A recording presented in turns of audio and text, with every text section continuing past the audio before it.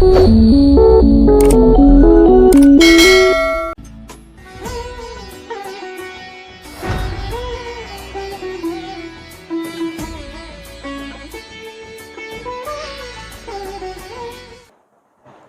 प्रणाम साथियों, उम्मीद करता हूं कि आप सब कुशल मंगल होंगे, क्योंकि अभी वर्तमान में जो सुनवाई हुआ है उसमें बहुत सारी चीज़ें धीरे धीरे करके सामने आ रही हैं जो कि बहुत ही राहत देने वाली हैं। इस बीच एक खबर ऐसी भी आ रही है जो सेबी की पोल खोल देने वाली है।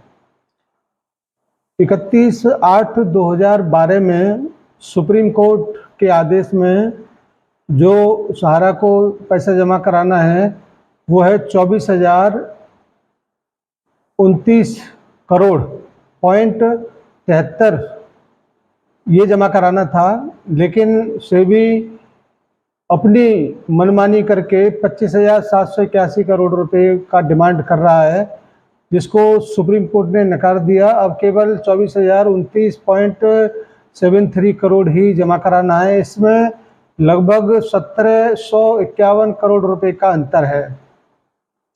ठीक इसी प्रकार सहारा ने जो डिमांड किया है या जो क्लेम किया है वो किया है लगभग 17,000 करोड़ रुपए जमा कराने का, जबकि सेबी 15,776 करोड़ रुपए ही बताता है।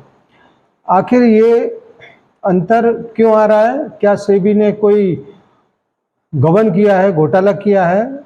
इस बात को जल्दी ही सामने लाया जाएगा, क्योंकि माननीय सुप्रीम कोर्ट ने जो आदेश दिया है वो आदेश ये है कि जो भी अंतर आ रहा है दोनों लोग मिलके इस अंतर को निकालें।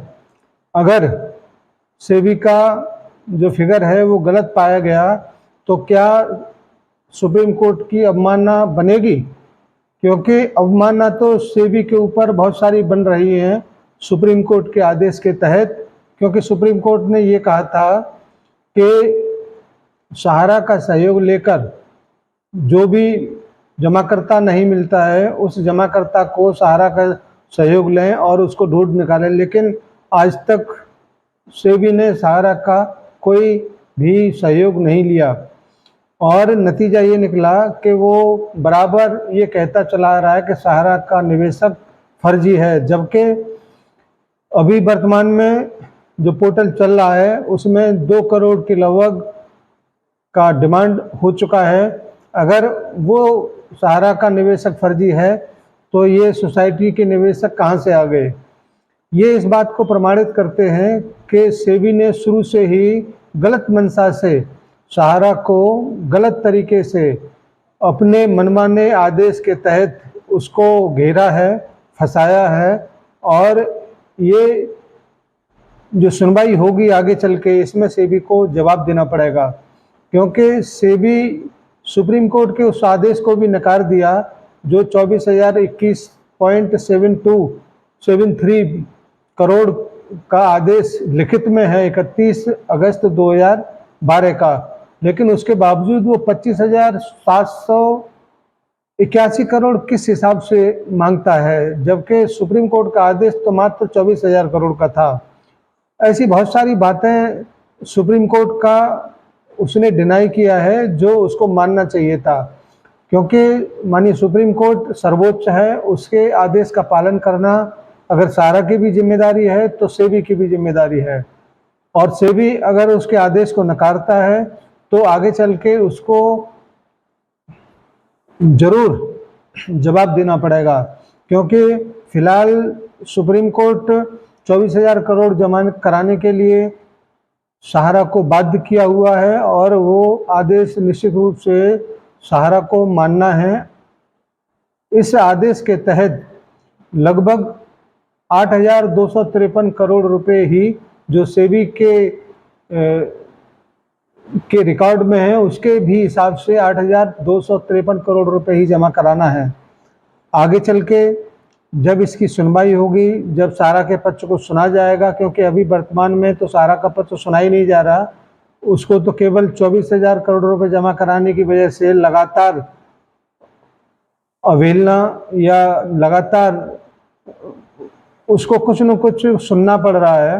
लेकिन आगे चल के जब ये आदेश पूरा हो जाएगा, उसके बाद सेबी का नंबर आएगा, तो उसको जवाब देते नहीं बनेगा, क्योंकि माननीय सुप्रीम कोर्ट के आदेश को पालन करना सहारा ही नहीं, सेबी की भी जिम्मेदारी है। लेकिन सेबी ने उस आदेश को माना ही नहीं जो माननीय सुप्रीम कोर्ट ने दिया है। एक और बात बड़ी महत्वपूर्ण है, चाहे वो सुप्रीम कोर्ट की तरफ से न्याय मित्र का चयन किया हुआ हो, उसका जो भी खर्चा जो होता है वो भी सहारा सेबी के अकाउंट से जाता है। इसके अलावा जो पोर्टल के माध्यम से रिटायर जज संजीव सुभाष रेड्डी जी का जो चयन हुआ है, उसमें जितना भी खर्चा हो रहा है वो भी सहारा सेबी के अकाउंट से जा रहा है। इसके अलावा जो वकील साहब जो नियुक्त किए गए हैं, उसका भी खर्चा सहारा सेबी के अकाउंट से जा रहा है। और सहारा के लिए या सुप्रीम कोर्ट की तरफ से जो न्याय मित्र नेफड़े जी जो नियुक्त किए गए हैं, उसका भी टोटल खर्चा सहारा सेबी के अकाउंट से जा रहा है। यहाँ तक कि सहारा श्री जी के देखभाल के लिए या उस पर निगरानी रखने के लिए जो दिल्ली पुलिस का जो एक टीम बनाया गया था, उसका पूरा तनख्वाह भी सहारा सेबी के अकाउंट से जा रहा है। सहारा सेबी का अकाउंट क्या जनरल आम जनता के लिए खुला हुआ है या जो भी खर्चा होगा उसी में से जाएगा, ये सोचने वाली बात है। ये जितना भी पैसा जमा है, ये आम जनमानस डिपॉजिटर्स जो भी गरीब हैं उन लोगों का पैसा है, उसमें से ये लोग लगातार खर्च पे खर्च किए जा रहे हैं। मैं आपको ये बताना चाहूँगा कि 1998 में एक कमेटी बनाई गई थी जो गोल्डन फॉरेस्ट के पैसे को बंटवारे के लिए बनाया गया था, और उसमें लगभग 1500-1600 करोड़ रुपए का इन्होंने असेट्स उसका फ्रीज किया था। उसको ज़मीन बेच के उसमें 1500-1600 करोड़ रुपए इकट्ठा किया था। उसमें से मात्र 500-600 करोड़ रुपए बांटने के बाद, केवल इतनी राशि बांटने के बाद इसमें 700-800 करोड़ रुपए का खर्चा ऐसे ही न्याय मित्र कमेटी और जो खर्चे हैं उसमें बताया गया था। ये एक रिपोर्ट बोलती है। डर लगता है कहीं ऐसा न हो कि तमाम खर्चे इतने हैवी हो जाएं कि हमारे सम्मानित जमाकर्ताओं के लिए बिल्कुल थोड़ी सी राशि बचे, क्योंकि एक रिपोर्ट के आधार पर जो 138 करोड़ रुपए सेबी ने बांटा है, इसमें लगभग 241 करोड़ रुपए के लगभग का खर्चा आया है। और सहारा की तरफ से 127 ट्रक भर के जो भेजे गए थे, उसमें भी काफ़ी खर्चा सेबी की ओर से सहारा सेबी अकाउंट से लिया गया है। सोचना अब सुप्रीम कोर्ट को है कि किस तरीके से हमारे सम्मानित जमाकर्ताओं को भुगतान के लिए इस राशि को सुरक्षित रखता है या ऐसे ही बंदरबांट होता रहेगा। साथियों, सेबी का ये रवैया देखकर ही माननीय सहारा श्री महोदय ने अपने जो भी कदम उठाए गए थे उसको इसी बात को सोच के उठाया गया था कि सेबी ने आज तक किसी कंपनी का पैसा वापस नहीं किया है। इसी वजह से आपके हाथ में आज सोसाइटी के डॉक्यूमेंट्स हैं और उसका पैसा सुरक्षित, चाहे वो पोर्टल से मिले चाहे सार इंडिया ऑफिस के कार्यालय से मिले, मिलेगा ज़रूर।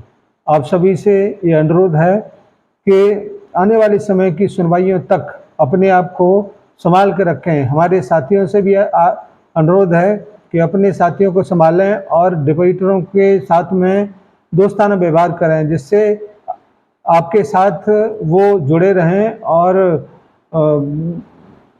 भुगतान के समय में हमारे कार्यकर्ताओं का आपको सहयोग लेना पड़ेगा। इसलिए सामान्य जमाकर्ताओं से भी अनुरोध करता हूं कि वो कार्यकर्ताओं के साथ किसी न किसी माध्यम से जुड़े रहें, जिससे आने वाले समय में जब आपको उनकी ज़रूरत पड़े तो एक फ़ोन पर वो आपको उपलब्ध हो सकें।